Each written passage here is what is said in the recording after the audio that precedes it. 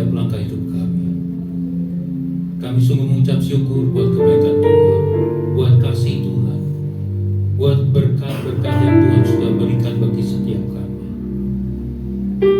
Untuk itu kami datang dengan rasa syukur kami, dengan hati yang tulus. Kami ingin menaikkan pujian syukur di hadapan Tuhan, membangun mesbah pujian penyembahan kami yang terbaik bagi Tuhan. Kami membuka hati kami Tuhan bagi Roh. Rawat setiap kami, berapapun kami hadir Tuhan, kami percaya Kau tetap ada tempat ini. Kau mengawat setiap kami Tuhan.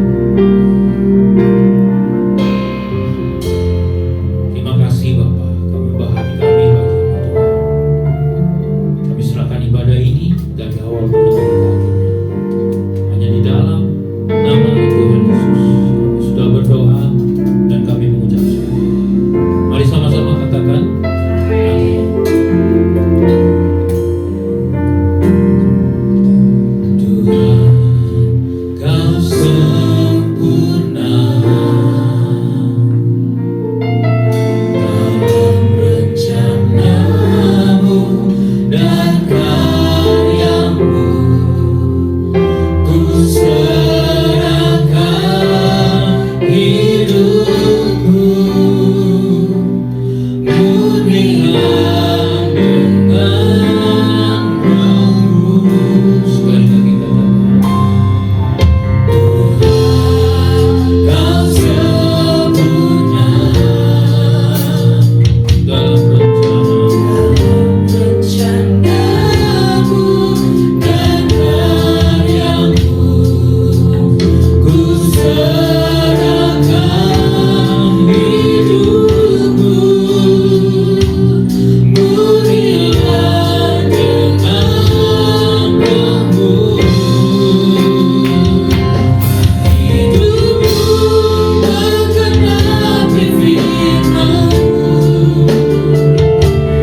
tanda mujizat sertai tiap langkahku. Kau bersamaku di dalam-Mu, jadi buktinya bersama-Mu. Hidupku menggenapi firman-Mu, tanda mujizat sertai tiap langkahku. Kau bersamaku di dalam-Mu, jadi buktinya bersama-Mu. Mari sekali lagi lebih menggunakan Kau sempurna dalam rencana-Mu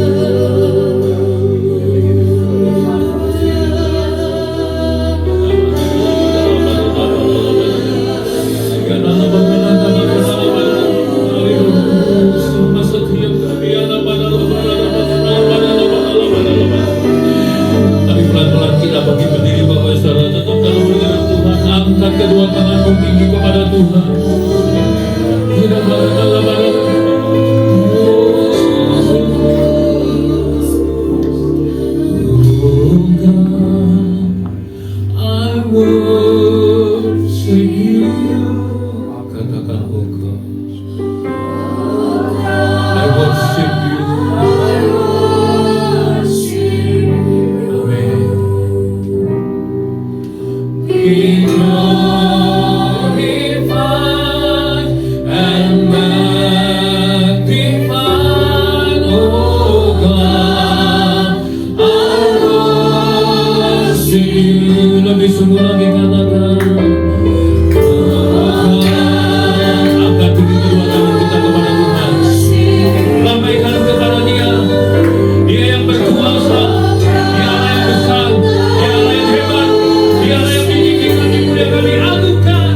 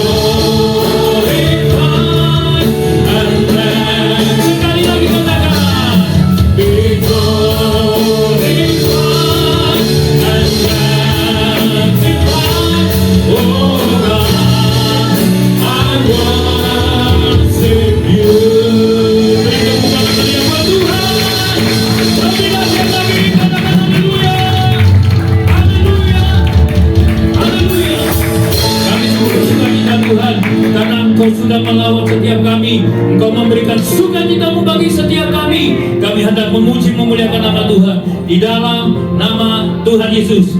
Mari yang siap memuji nama Tuhan katakan sekali lagi, katakan bersorak-sorak menyembah Tuhan, lebih dahsyat lagi buat Tuhan. Haleluya. Mari sama-sama kita bersukacita karena hari ini Tuhan sudah siapkan bagi kita. Kita memuji memuliakan nama Tuhan. Haleluya. Mari sama-sama. Hari ini menjadi Tuhan. Mari kita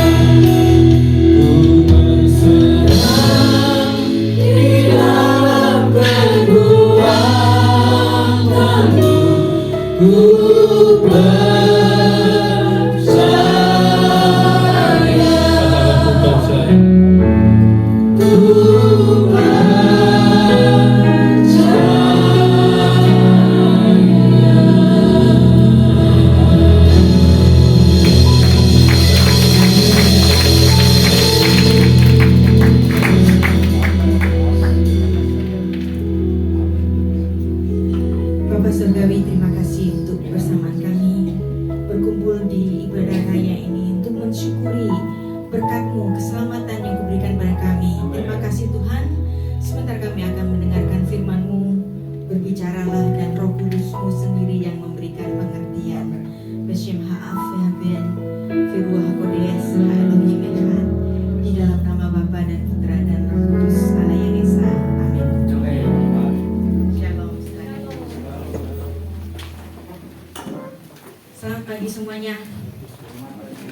Saya di sini bersama keluarga besar saya, termasuk ada Besan dari Makassar. Selamat datang Bapak dan Ibu Surya. Dan ada yang satu yang absen hari ini, ibu saya. Malam-malam tadi malam saya masih duduk di ruang kerja seperti biasa. Dia mengeluh buang air besar 7 kali. Wah, ini saya tungguin sampai 1:30 dia udah harus diinfus. Ya, baru tadi pagi diperbolehkan dokter kembali pulang jam 7 tadi baru pulang. Aman-aman saja tapi ya. Oke. Pagi ini kita akan mempelajari bersama-sama satu topik, menghakimi dengan hati nurani. Betapa kita semua tanpa kecuali kita sering kali memberikan penghakiman kepada orang lain tanpa ngaca sendiri. Nah, jadi yang kemarin 3 capres oleh Mbak Najwa itu dikasih cermin, semuanya disuruh ngaca ya. Nah sekarang kita akan berkaca juga. Nah ketika kita berkaca, kaca kita dalam kehidupan kita sehari-hari itu apa? Cermin apa yang kita pakai? Hati nurani ya. Ayat pertama kita akan mempelajari satu ayat yang terkenal sekali, Yohanes 13 ayat 13. Kamu menyebut aku guru dan Tuhan, katamu itu tepat, sebab memang akulah guru dan Tuhan. Nah, kata Tuhan dalam bahasa Yunani aslinya itu kurios. Nah, kata kurios itu bisa artinya Tuhan, bisa artinya Tuan. Dalam bahasa Ibraninya itu Adonai, Adon itu bisa Tuan dan Tuhan. Nah, beberapa aliran menerjemahkan Yohanes 13 ini dengan kamu menyebut aku guru dan Tuan, dan katamu itu tepat, sebab memang aku adalah guru dan Tuan. Jadi yang benar yang mana ini? Yesus itu Tuhan atau Tuan? Untuk terjemahan ayat ini saya juga membenarkan kata Tuhan. Jadi saya nggak pusing dengan saksi-saksi Yehova yang menempatkan Yesus cuma Tuhan. Nggak apa-apa, so what gitu loh. Memang arti kata bahasa aslinya itu Tuhan. Tapi kita juga harus menyadari Tuhan yang bagaimanakah dia? Dia adalah Tuhan yang mengosongkan dirinya datang ke bumi, dan dia betul-betul kosong. Dia bukan Tuhan lagi bahkan, karena dia berubah menjadi pelayan. Dan ketika dia hanya ditempatkan sebagai Tuhan, so what gitu loh. Wong Yesus juga pelayan kok. Apakah terjemahan Tuhan itu salah? Enggak, ya. Karena Yesus memiliki esensi yang beda. Dia adalah Tuhan di atas Tuhan-Tuhan. Di mana buktinya? Ketika Tuhan Yesus mengatakan, aku tidak mengenal engkau, nyala engkau daripadaku. Nah, kuasa itu dia ucapkannya itu kapan? Nanti di pengadilan di sorga, di mana dia menjadi hakim yang agung. Dia Tuhan di atas segala Tuhan. Nah, percuma di bumi ini kita mengatakan Yesus itu Tuhan dan Allah, tapi kehidupan kita itu ngawur, sembarangan, ya. para pemuji WL kalau memuji Tuhan sampai merem-merem ketek-ketek gini, ya. Tapi kehidupan seharinya nggak menempatkan Dia sebagai Tuhan, so what gitu loh. Jadi untuk apa kita di mulut mengatakan Dia adalah Tuhan atau Tuhan? Nggak masalah, ya. Ketika Anda menjadikan Yesus sebagai Tuhan, ya itulah di dalam kehidupan sehari-hari, bukan di atas mimbar, bukan ketika kita berdoa, bukan ketika kita menjadi pembicara, bicara Dia adalah Tuhan, Tuhan, Tuhan, sampai ribut di media sosial. Tuhan Yesus itu Tuhan apa bukan Tuhan? Atau belum dijadikan Tuhan? Semuanya benar. Ketika kita menempatkan Yesus sebagai Tuhan di atas segala Tuhan-Tuhan, kita mengimani Yohanes 13 ayat 13 ini, ya.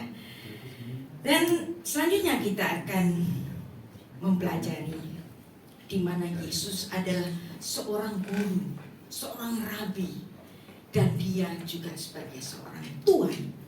Tuhan Yesus dan perempuan yang berzina. Yohanes 8 ayat 2 sampai 11. Konteksnya di sini Tuhan Yesus diperhadapkan dengan satu hukum Taurat. Yohanes 8 ayat 2, pagi-pagi benar Ia berada di bait Allah dan seluruh rakyat datang kepadanya. Ia duduk mengajar mereka. Nah, perhatikan ayat 2 ini. Tuhan Yesus mengajar di bait Allah. Berarti Yesus punya legitimasi untuk duduk di bait Allah. Gak sembarangan orang bisa duduk di Serambi Salomo di situ dengan mengajar, gak sembarangan.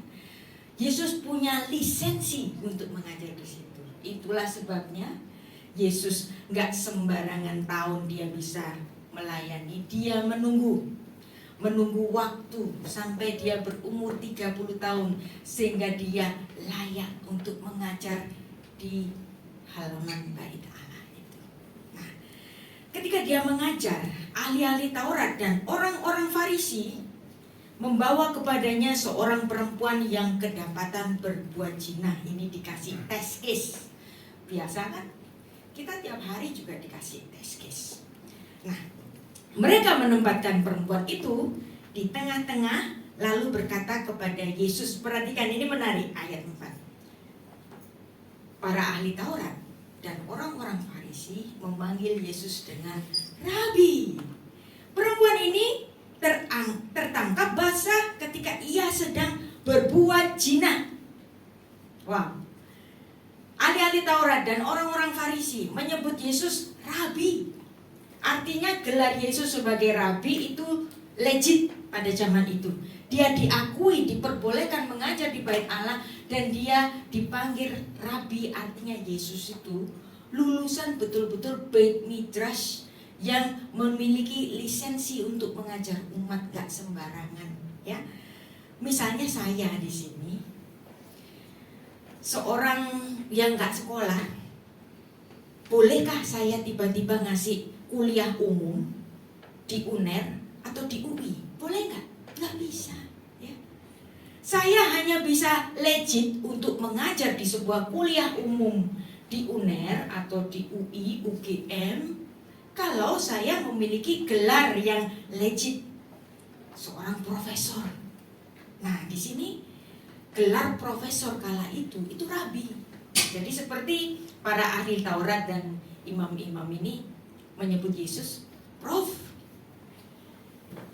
Bagaimana? Perempuan ini tertangkap basah ketika ia sedang berbuat zina. Nah, jadi para ahli Taurat itu kan para profesor juga.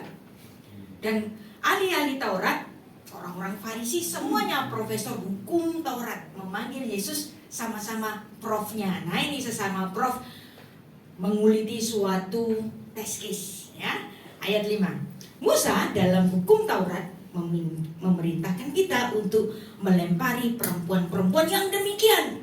Apakah pendapatmu tentang ini? Wah, keren. Ayat 6. Mereka mengatakan hal itu untuk mencobai dia supaya mereka memperoleh sesuatu untuk menyalahkannya. Tetapi Yesus membungkuk lalu menulis dengan jarinya di tanah. Saya teruskan saja dulu. Ayat 7. Dan ketika mereka terus-menerus, ya. Nah, jadi ini diganggu Yesus itu. Lagi enak-enak nulis di bawah. Mereka terus-menerus bertanya, gimana? Berdasarkan hukum Taurat. Nah, maka ia pun bangkit berdiri, lalu berkata kepada mereka, barang siapa di antara kamu tidak berdosa, hendaklah ia melemparkan batu kepada perempuan ini. Ayat 8, lalu ia membungkuk lagi dan menulis di tanah. Tetapi setelah mereka mendengar perkataan itu, pergilah mereka seorang demi seorang, mulai dari yang tertua. Akhirnya tinggallah Yesus seorang diri dengan perempuan itu tetap di tempatnya. Lalu Yesus bangkit berdiri dan berkata kepadanya, hai perempuan, di manakah mereka? Tidakkah seorang yang menghukum engkau? Nah, kata perempuan itu, jawabnya, tidak ada, Tuan. Ya, boleh nggak ini saya terjemahkan Tuan? Boleh, ya.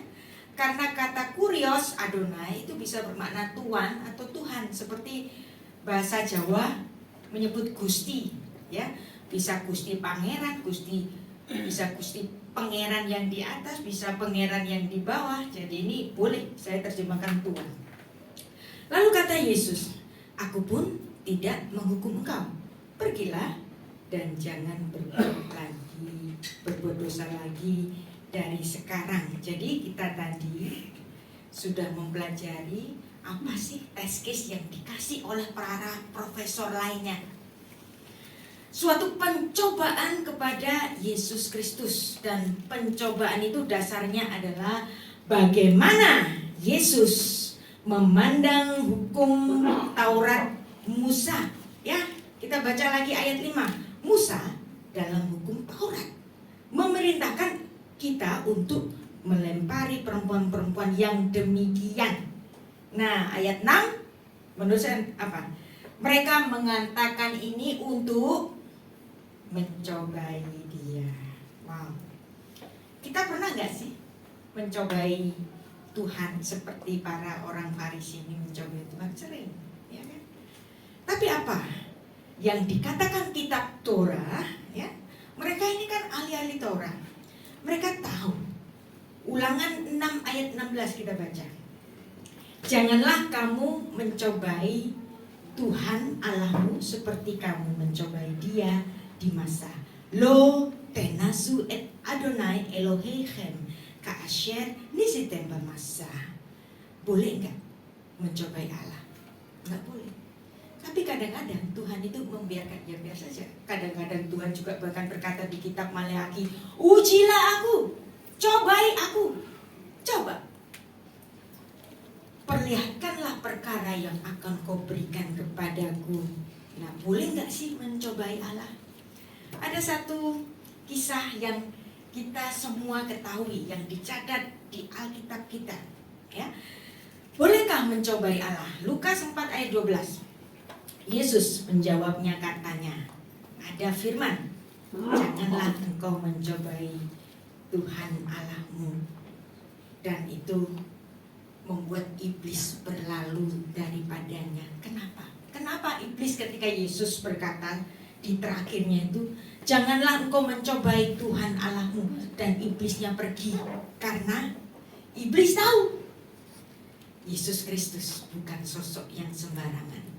Dia yang sedang mengosongkan dirinya.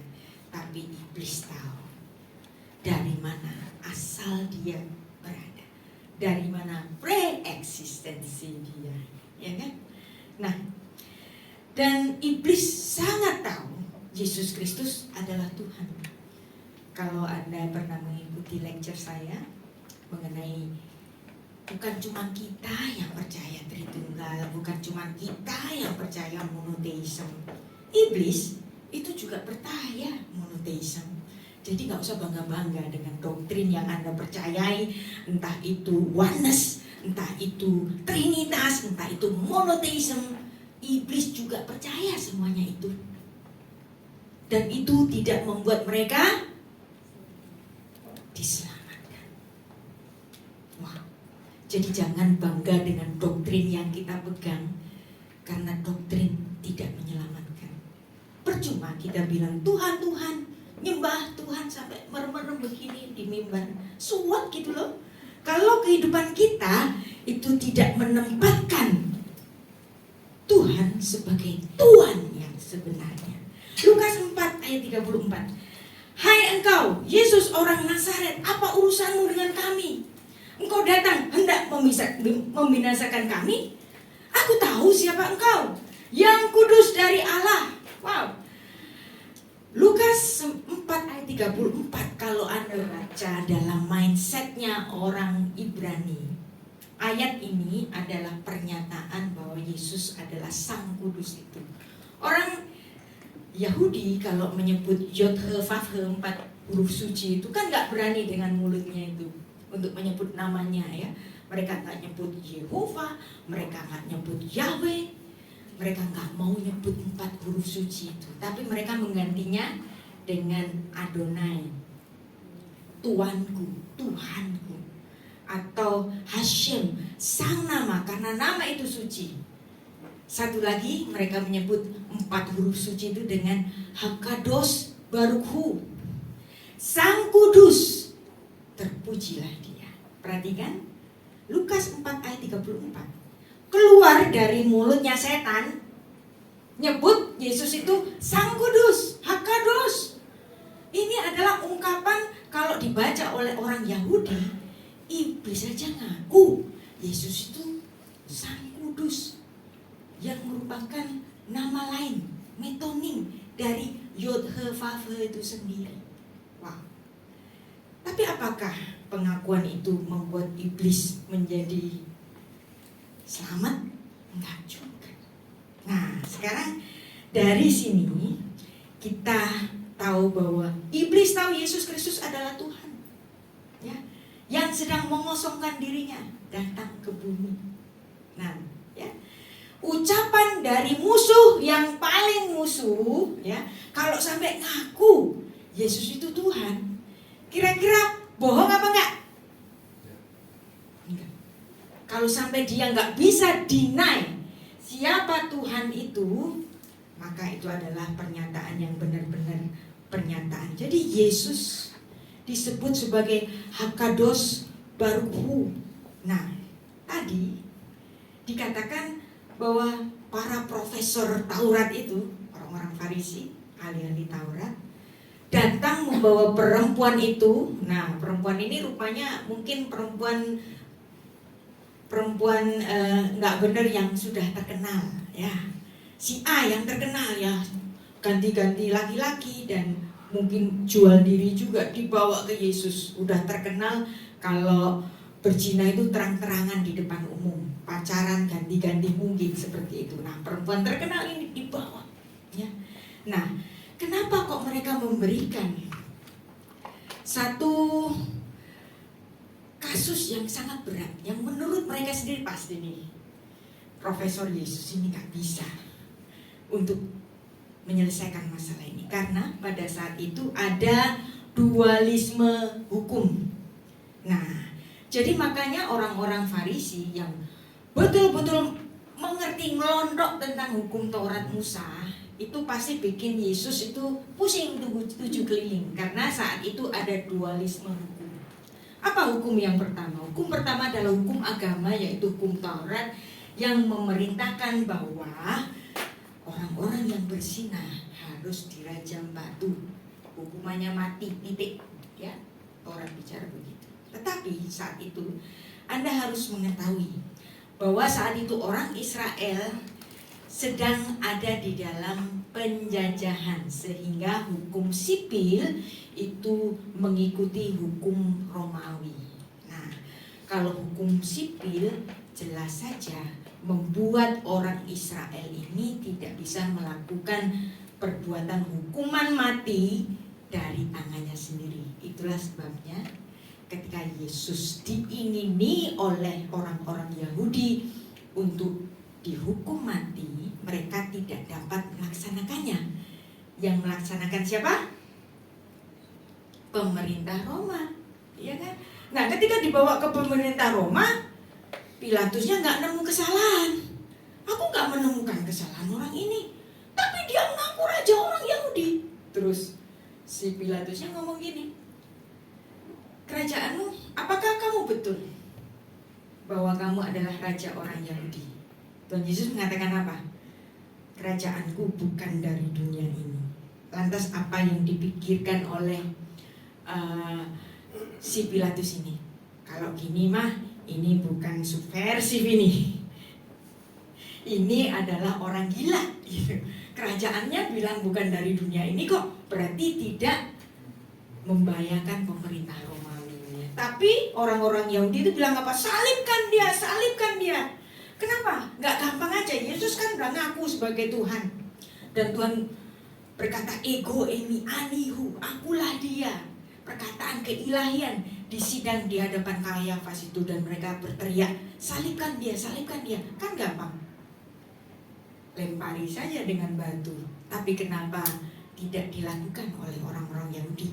Karena ada dualisme hukum. Jadi jelas di sini ada dualisme hukum dan mereka mencobai dia. Dan bandingkan di sini ya, apa yang dilakukan Yesus Kristus di hadapan orang-orang itu, sesuatu yang pernah terjadi di perjanjian lama. Kita baca ayatnya, Keluaran 31 ayat 18. Dan Tuhan Yod-Heh-Vav-Heh yang disebut sebagai Hakados Baruhu oleh iblis ya, musuhnya yang paling musuh, menyebut Yesus sebagai Hakados, Sang Kudus, terpujilah dia. Maka di Keluaran 31 ayat 18 ini, dan Tuhan memberikan kepada Musa setelah ia selesai bicara dengan dia di Gunung Sinai kedua loh hukum Allah, loh batu yang ditulis oleh jari Allah. Nah, di sini Yesus itu ngasih satu visual yang gampang dilihat. Kalau di Keluaran 31 ayat 18 menulis tentang jari Allah, di sini Allah yang inkarnasi itu menunjukkan jarinya itu di tanah. Kenapa harus di tanah? Kenapa nggak di papan tulis? Kenapa nggak di mungkin media yang lain? Kenapa di tanah? Karena tanah adalah media di mana manusia itu diciptakan, dan kemudian Yesus mencocokkan tangannya di situ. Wow. Jadi kalau orang-orang Israel waktu itu sensitif ya, mereka akan mengingat hal ini.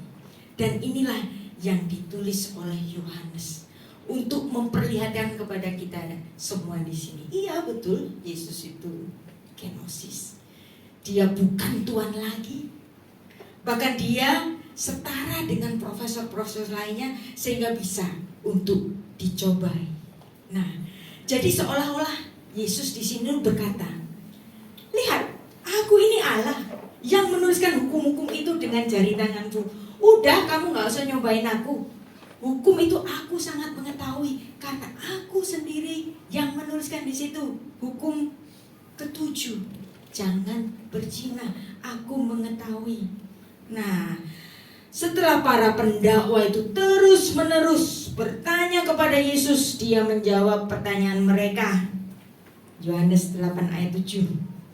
Yesus tetap di jarinya mengatakan, barang siapa di antara kamu tidak berdosa, hendaklah dia yang pertama melemparkan batu kepada perempuan itu. Wow, memang perempuan itu najis banget ya.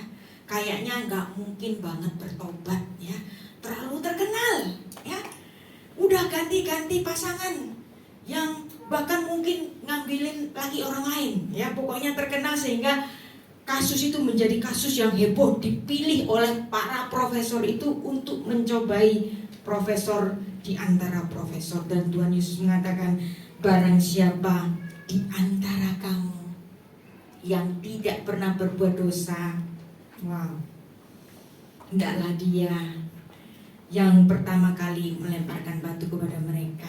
Nah, sayang sekali di terjemahan bahasa Indonesia itu tidak ada kata hati nurani.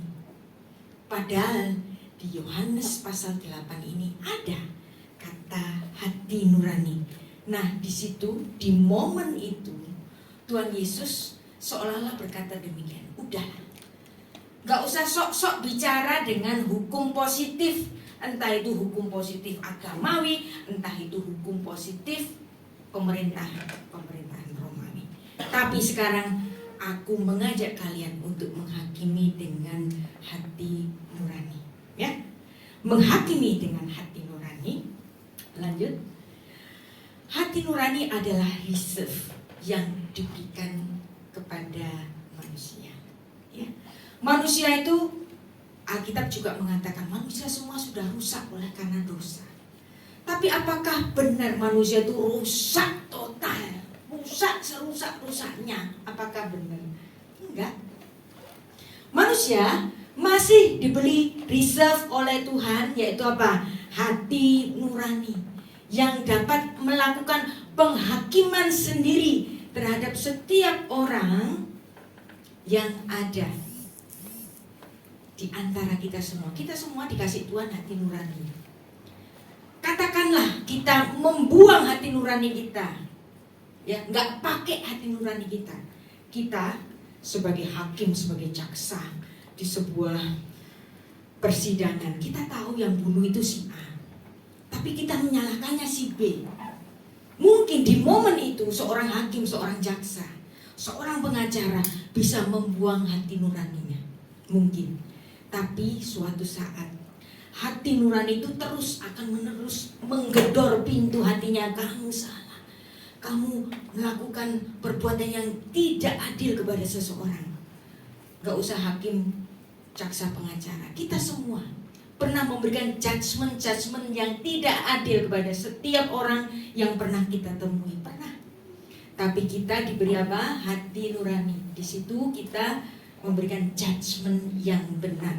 Nah, kita baca Yohanes 8 ayat 9, yang dimana kita tahu di situ ada kata hati nurani, ya. LAITB sayang sekali tidak memberikan kata hati nurani. Tetapi setelah mereka mendengar perkataan itu, pergilah mereka seorang demi seorang, mulai yang tertua, akhirnya tinggallah Yesus seorang diri dengan perempuan itu tetap ada di bawahnya. Kalau Anda baca di sini ada conscience, King James, ya, ada kata conscience. Conscience itu hati nurani. Synodesis bahasa Yunaninya. Nah, kenapa ini hilang? Padahal di sini inilah momen di mana Yesus mengatakan, kamu gak usah pakai penghakiman dengan hukum Taurat Musa ataupun hukum sipil Romawi, tapi kamu pakai hati nuraninya, hati nuranimu sendiri masing-masing untuk menjadi hakim terhadap apa yang kau pertanyakan itu. Nah, jadi di sini di dalam terjemahan bahasa Ibrani-nya juga ada kata sya'amu belibam, kata di dalam hatimu, coba dengerin. Nah, dan di sini Tuhan Yesus dengan otoritasnya sebagai Allah yang Maha Suci dan pemegang hukum, yang bikin hukum ini Tuhan Yesus sendiri kan. Tapi Tuhan Yesus dicobai dengan cara itu, kurang ajar kamu gitu mungkin ya. Tetapi di sini Tuhan Yesus tidak marah terhadap orang-orang itu karena mereka salah paham. Ya, perhatikan terhadap kesalahpahaman kepada Allah yang maha besar, yang tak terjangkau itu, Tuhan nggak marah. Ya, Tuhan bisa saja bicara begini, kurang ajar kalian, itu hukum kan aku sendiri yang nulis, kok kamu nyobain aku suka kayak begini. Tuhan gak begitu, dan Tuhan tidak menyatakan kemarahannya, tetapi Tuhan tetap mengajar. Ini memberikan kita suatu pemahaman bahwa Tuhan, kalau kita itu salah paham kepada Dia, Tuhan gak marah. Nah, maka terhadap perbedaan doktrin, entah itu monoteisme, entah itu oneness, entah itu trinitas, kira-kira yang benar yang mana nih? Ya, yang benar yang mana nih? Dalam nama Bapa dan Putra dan Roh Kudus, yaitu Tuhan Yesus Kristus. Wow, oneness, sabelian lo, sesat. Wow, udah percaya Yesus masih disesat-sesatin gara-gara apa? Dikasih label oneness, dikasih label apa? Sabelianisme. Nah, Anda lihat di sini, para profesor Taurat salah paham terhadap Yesus Kristus. Tuhan Yesus marahkah? Mungkin nggak kita itu semuanya di antara kita ini salah paham kepada Tuhan yang tak terkendali, yang tak terselami, yang tak terjangkau, yang tidak dapat kita kendalikan. Kira-kira kalau saya salah paham kepada Tuhan, kira-kira Tuhan marah apa enggak? Dia nggak akan marah karena memang dia tak terjangkau. Kita hanya dapat memahami dia sejauh tempurung otak kita. Terbatas sekali. Maka dia nggak akan marah kalau kita salah paham kepadanya.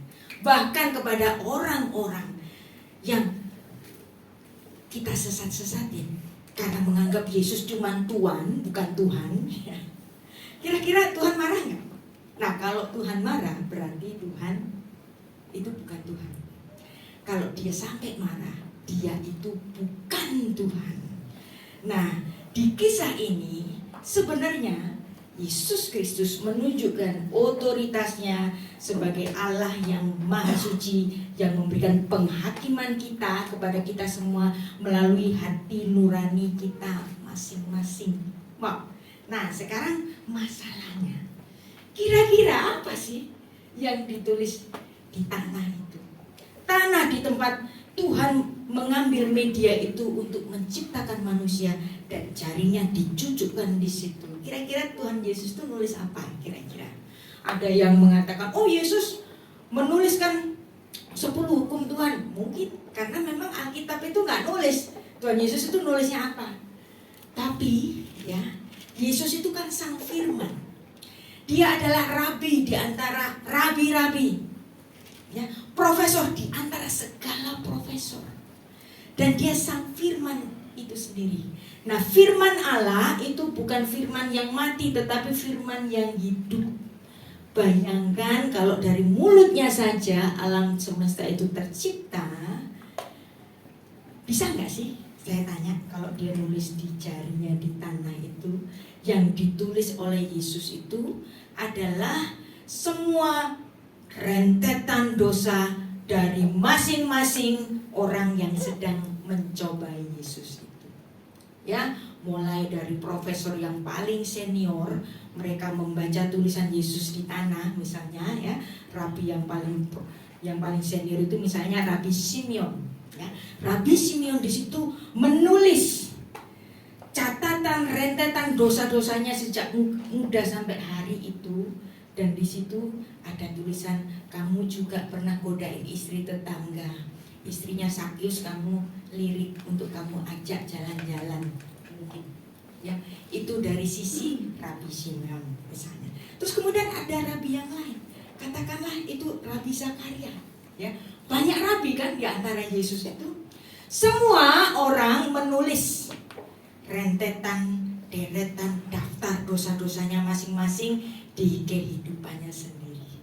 Maka tidak heran ketika orang-orang itu membaca dosa-dosanya sendiri, daftar dosa-dosanya sendiri, yang dimana semua pernah melanggar hukum ke-7. Apa yang terjadi? Hati nurani bicara. Itulah kenapa Yohanes 8 ayat 9 ada satu kata yang penting sekali tapi terhapus di terjemahannya. Padahal disitulah momen di mana Yesus menghantam orang-orang itu dengan hati nuraninya sendiri.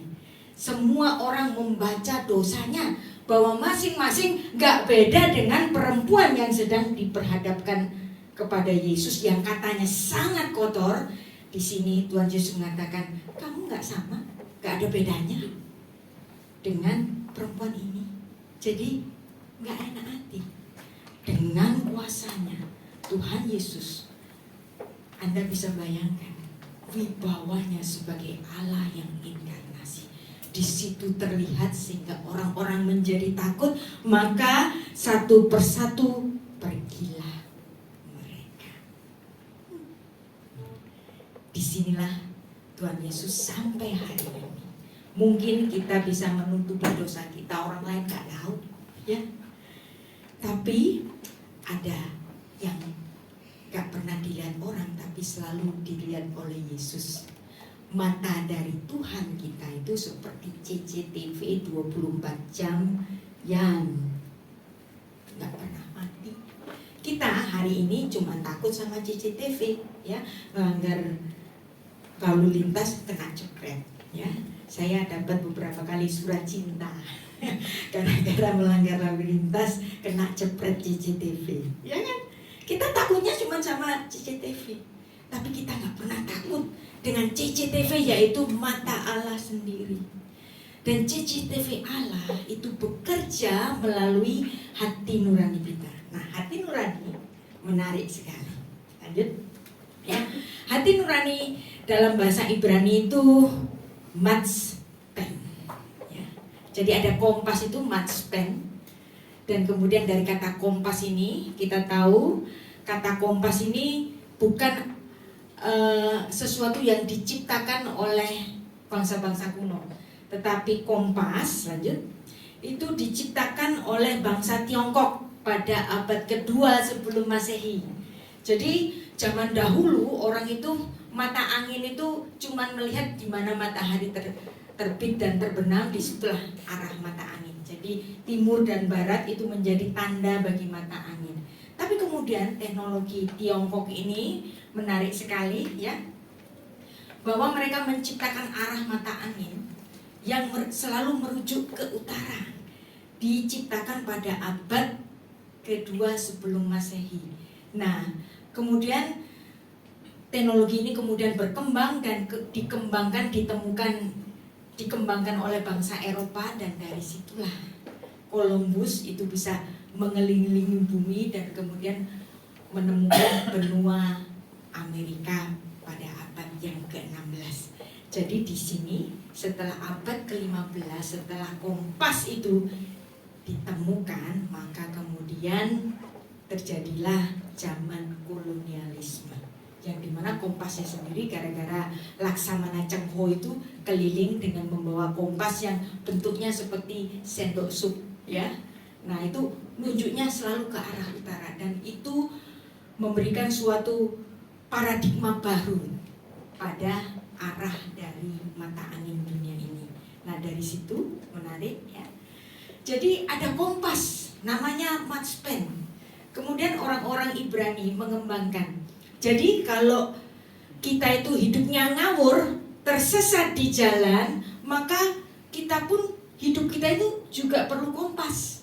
Maka kompas bagi hati, yaitu hati nurani, dalam bahasa Ibrani itu matspun, dari kata matzpen. Ya, makanya, ya. Jadi kalau kita itu menjadi jahat sejahat-jahatnya, lanjut, Tuhan bicara dengan hati nurani, yang dimana hati nurani ini adalah kompas bagi jiwa yang merupakan reserve, yang dimana dari situ kita mendapatkan suatu kebijaksanaan. Dan kita kalau menghakimi orang lain selalu diperhadapkan dengan hati nurani kita sendiri. Matius 7 ayat 1, 3 dan 5. Jangan kamu menghakimi supaya kamu tidak dihakimi. Karena dengan penghakiman yang kamu pakai untuk menghakimi, kamu akan dihakimi dengan ukuran yang kamu pakai untuk mengukur. Akan diukurkan kepadamu. Mengapakah engkau melihat selumbar di mata saudaramu, sedangkan balok di dalam matamu tidak engkau ketahui? Hei orang munafik, keluarkanlah dahulu balok dari matamu, maka engkau akan melihat dengan jelas untuk mengeluarkan selumbar itu dari mata saudaramu.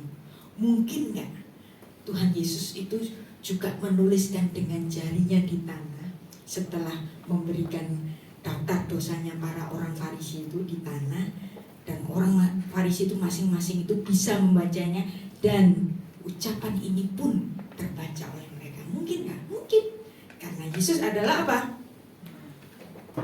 Adalah Sang Firman.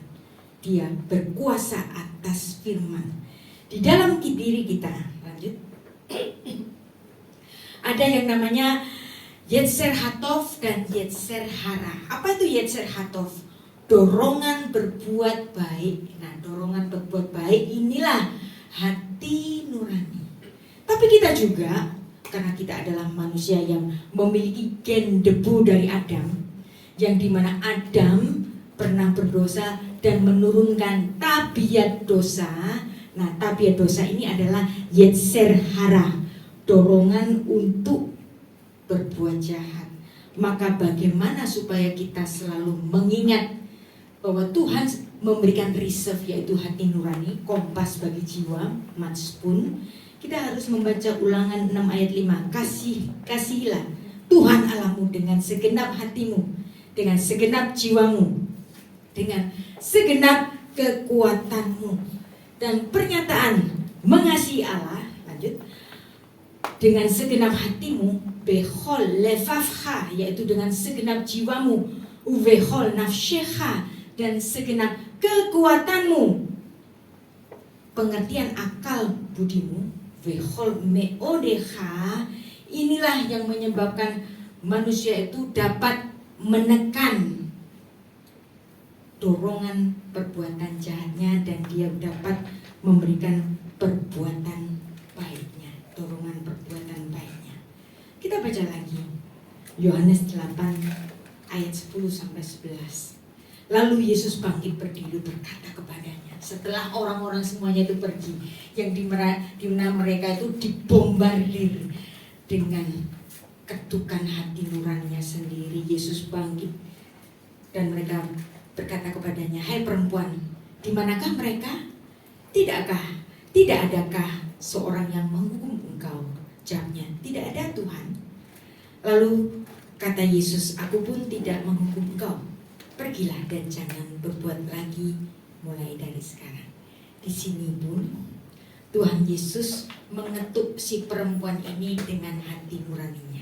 Ya, kalau Anda kasih tahu, kalau Anda tanya kepada semua pelacur yang jual diri, ya, para purel yang jual diri atau apapun, kalau kita tanya, kamu orang berdosa, apa yang mereka katakan? Iya, aku orang berdosa.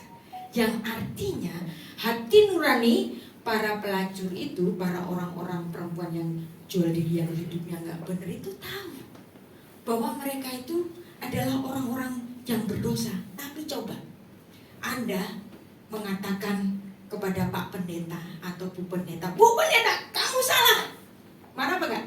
Kamu berdosa karena kamu begini-begini. Marah, ya kan? Kalau kita ngomong ke para pelacur, kamu berdosa, ya aku orang berdosa, langsung dia ngomong begitu. Tapi kalau kita ngasih tahu pendeta yang berbuat salah, kira-kira diterima apa enggak? Biasanya malah dimaki balik kitanya, ya. Kamu siapa? Kamu menghakimi aku. Jangan kamu menghakimi hamba Tuhan. Jangan mengusik hamba Tuhan. Keluar deh firman itu, ya kan?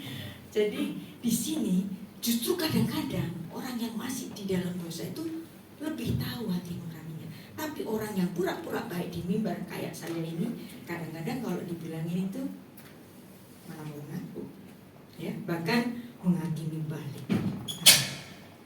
Jadi kenapa kira-kira di sini kok Yesus itu nggak melaksanakan apa permintaan orang Israel tadi?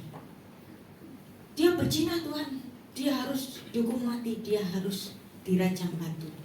Kok Tuhan Yesus nggak melaksanakan hukuman rajam batu itu? Kenapa kira-kira? Nah, apakah Yesus di sini mengingkari hukumnya sendiri? Kenapa dia tidak melaksanakan hukuman rajam batu kepada perempuan? Karena di sini ada cacat hukum, ya. Bagaimana kita tahu bahwa peristiwa itu adalah cacat hukum? Nah, ini kan mereka tadi itu para profesor Taurat, kan? Tapi mereka melakukan cacat hukum. Cacat hukumnya di mana? Nah, sekarang kita pelajari Ulangan 17 ayat 2 sampai 6, ya. 2, 5 dan 6 saya pilih saja, nggak usah dibaca semua. Apabila di tengah-tengahmu salah satu tempatmu yang diberikan kepadamu oleh Tuhan Allahmu ada terdapat seorang laki-laki, nah, dan perempuan, emangnya berzina bisa sendirian apa? Jadi harus ada laki-laki dan perempuan. Peristiwa Yesus tadi ada laki-lakinya enggak? Saya tanya. Enggak ada. Jadi apa? Cacat hukum dong. Masa perempuannya doang yang dibawa? Laki-laki dan perempuan yang melakukan apa yang jahat di mata Tuhan Allahmu dengan melangkahi perjanjiannya. Apa perjanjian tadi? Hukum ke-7, jangan berzina, ya kan? Tapi di sini ceweknya doang. Biasa kita ya. Kita selalu menghakimi para pelacur, tapi kita lupa siapa yang jajan, siapa yang beli, ya kan? Nah, ini laki-lakinya tidak dihadirkan oleh para profesor tadi. Ayat 5, maka engkau harus membawa laki-laki atau perempuan yang telah melakukan perbuatan jahat itu keluar ke pintu gerbang.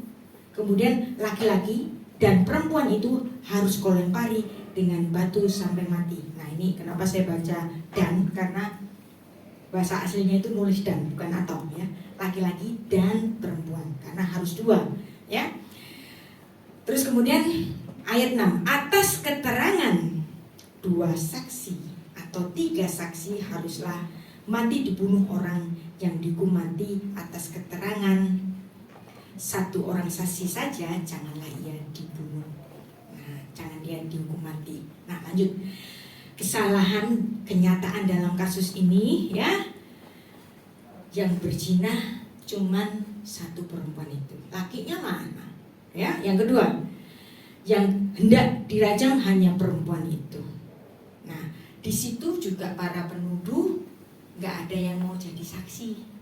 Tahu-tahu mungkin yang bawa perempuan ini langganannya juga, gitu kan? Makanya nggak ada yang berani jadi saksi. Dulu kamu pernah tidur sama aku. Perempuan ini akan bicara begitu kan? Ya kan? Nah, jadi nggak ada satu yang mau jadi saksi, dan yang kedua nggak ada laki-lakinya. Nah, jadi ayat ketiga, dalam tatanan waktu itu Yesus kan ngajar di Bait Allah, dan dia sebagai seorang rabi, seorang profesor Taurat. Tapi apakah Yesus di situ bertindak sebagai imam? Enggak kan? Yesus di situ seorang pengajar tapi bukan imam. Yang artinya di sini Yesus tidak boleh melakukan penghakiman terhadap perempuan ini. Nah, perajaman batu itu harus dilakukan di pintu gerbang, bukannya di luar pintu gerbang, bukannya di alun-alun. Kenapa ini kok bikin di alun-alun, dibikin viral? Ya, supaya orang-orang semuanya melihat nih. Yang katanya profesor nggak bisa menyelesaikan urusan moralitas semacam ini, tapi dengan sangat tangkas Yesus Kristus menghakimi orang-orang itu dengan hati nuraninya sendiri-sendiri. Nah, sekarang kesimpulannya lagi. Menurut hukum Taurat, perempuan yang berzina itu karena nggak ada saksi, ya kan, cuma tuduhan tapi nggak ada saksi, ya kan, maka dia nggak boleh dihukum mati. Saksinya bukan cuma 1, harus 2, ya. KPK aja sekarang nangkep orang harus ada 2 alat hukum yang mendukung, ya, 2 alat bukti yang mendukung. Nah, jadi di sini prosedurnya nggak tepat secara Torah, nggak ada laki-lakinya. Dan Tuhan Yesus juga nggak bisa menghukum orang itu karena posisi Yesus rabi, bukan menjabat sebagai imam. Nah, melalui kisah ini kita belajar banyak. Kita belajar bahwa Yesus adalah hakim itu sendiri, bahwa Yesus adalah rabi di atas segala rabi, dan Yesus adalah Tuhan yang membuat hukum sendiri. Ketika hukum ini diselewengkan, hanya mengajukan perempuannya saja, Allah sang empunya hukum di atas segala hukum mengoreksi orang-orang yang sok tentang moralitas itu. Saya harap kita sudah belajar banyak dan kita merenungnya hari demi hari. Dan jangan buang hati nuranimu. Pakailah hati nuranimu untuk menghakimi engkau sendiri sebelum kita melakukan penghakiman kepada orang lain. Kita berdoa. Bapa Surgawi, Engkau Allah kami yang baik. Engkau menciptakan kami di dalam satu komunitas orang-orang yang mempercayai bahwa Engkau adalah Allah yang datang ke bumi, reinkarnasi sebagai guru dan guru dari segala guru yang hari ini pengajaranmu kami kembali merenunginya untuk dapat kami terapkan di dalam kehidupan kami sehari-hari. Seringkali mata kami jahat, hati kami jahat, mengatakan orang lain bersalah, mengatakan orang lain sesat, mengatakan orang lain tidak sesuai dengan firman Tuhan, tetapi kami membuang hati nurani kami sendiri. Ampuni kami Bapa, kiranya hati nurani tetap kami dengarkan, karena disitulah Engkau banyak bicara terhadap kami. Terima kasih atas kebaikan-Mu ya Bapa. Beshem ha'af ve'haben ve'ruah kodes ha'elohim echad. Di dalam nama Bapa dan Putra dan Roh Kudus Allah yang Esa. Amin.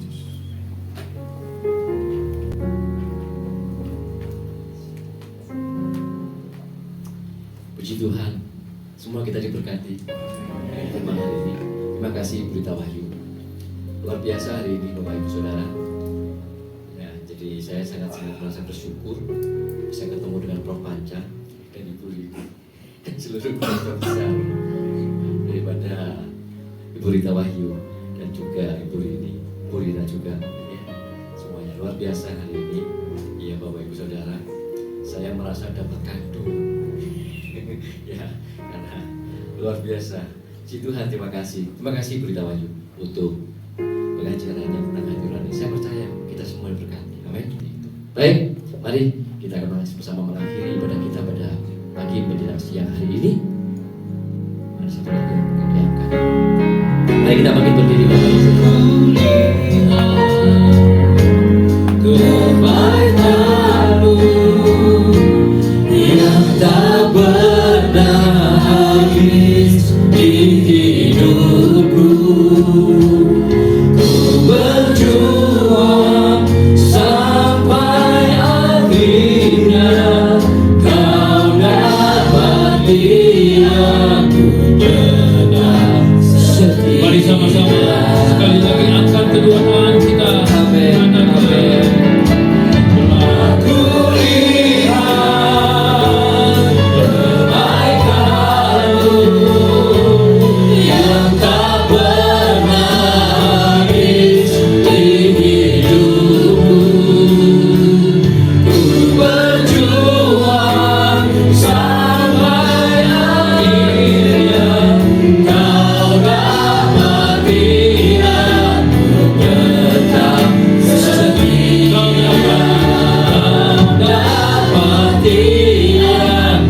Dapati aku tetap setia. Sekali lagi Kau dapati aku tetap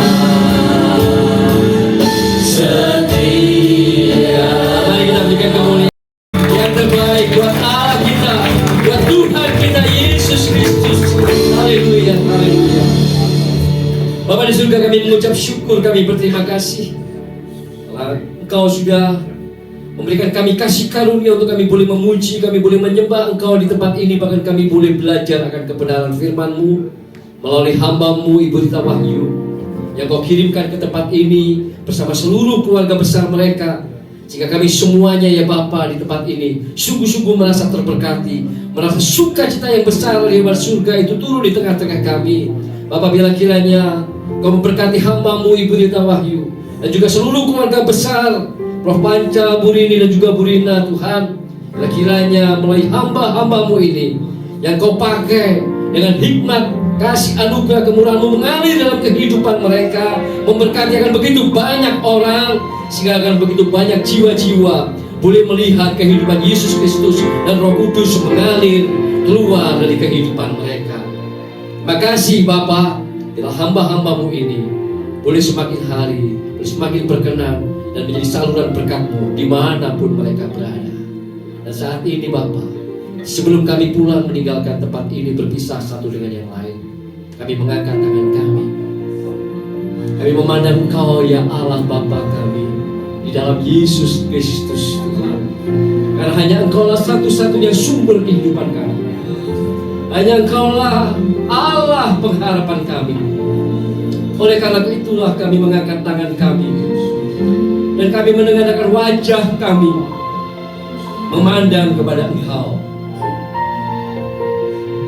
Oleh karena itu saat ini dengan iman, sementara kami mengangkat tangan kami di dalam nama Tuhan Yesus Kristus, kiranya turun atas kami semuanya Amin. berkat yang dari Bapa di surga, Amin. cinta kasih di dalam Tuhan Yesus Kristus, dan persekutuan oleh Roh Kudus yang akan senantiasa menolong kami, memberkati kami, menuntun dan menolong kehidupan kami dari hari lepas hari, agar setiap kami semuanya dalam keluarga kami, dalam pekerjaan kami, dalam pelayanan kami, dan setiap apapun yang kami lakukan dengan tangan kami, senantiasa diberkati dengan berkat-berkat yang dari Bapa, senantiasa ditolong dan dituntun oleh Roh Kudus-Mu, dan senantiasa kami berjalan dalam kebenaran-kebenaran firman-Mu oleh kuasa-Mu yang bekerja di dalam kami semua.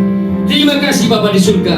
Kami sungguh mengucap syukur karena kami semua adalah anak-anak Bapa yang diberkati oleh Bapa yang di surga. Siang hari ini, bahkan sampai selama-lamanya, kami diberkati oleh Bapa di surga. Setiap kita yang sudah diberkati oleh Bapa di surga, sama-sama kita katakan amin, amin. Tuhan Yesus memberkati. Selamat hari Minggu. Bersyukur hati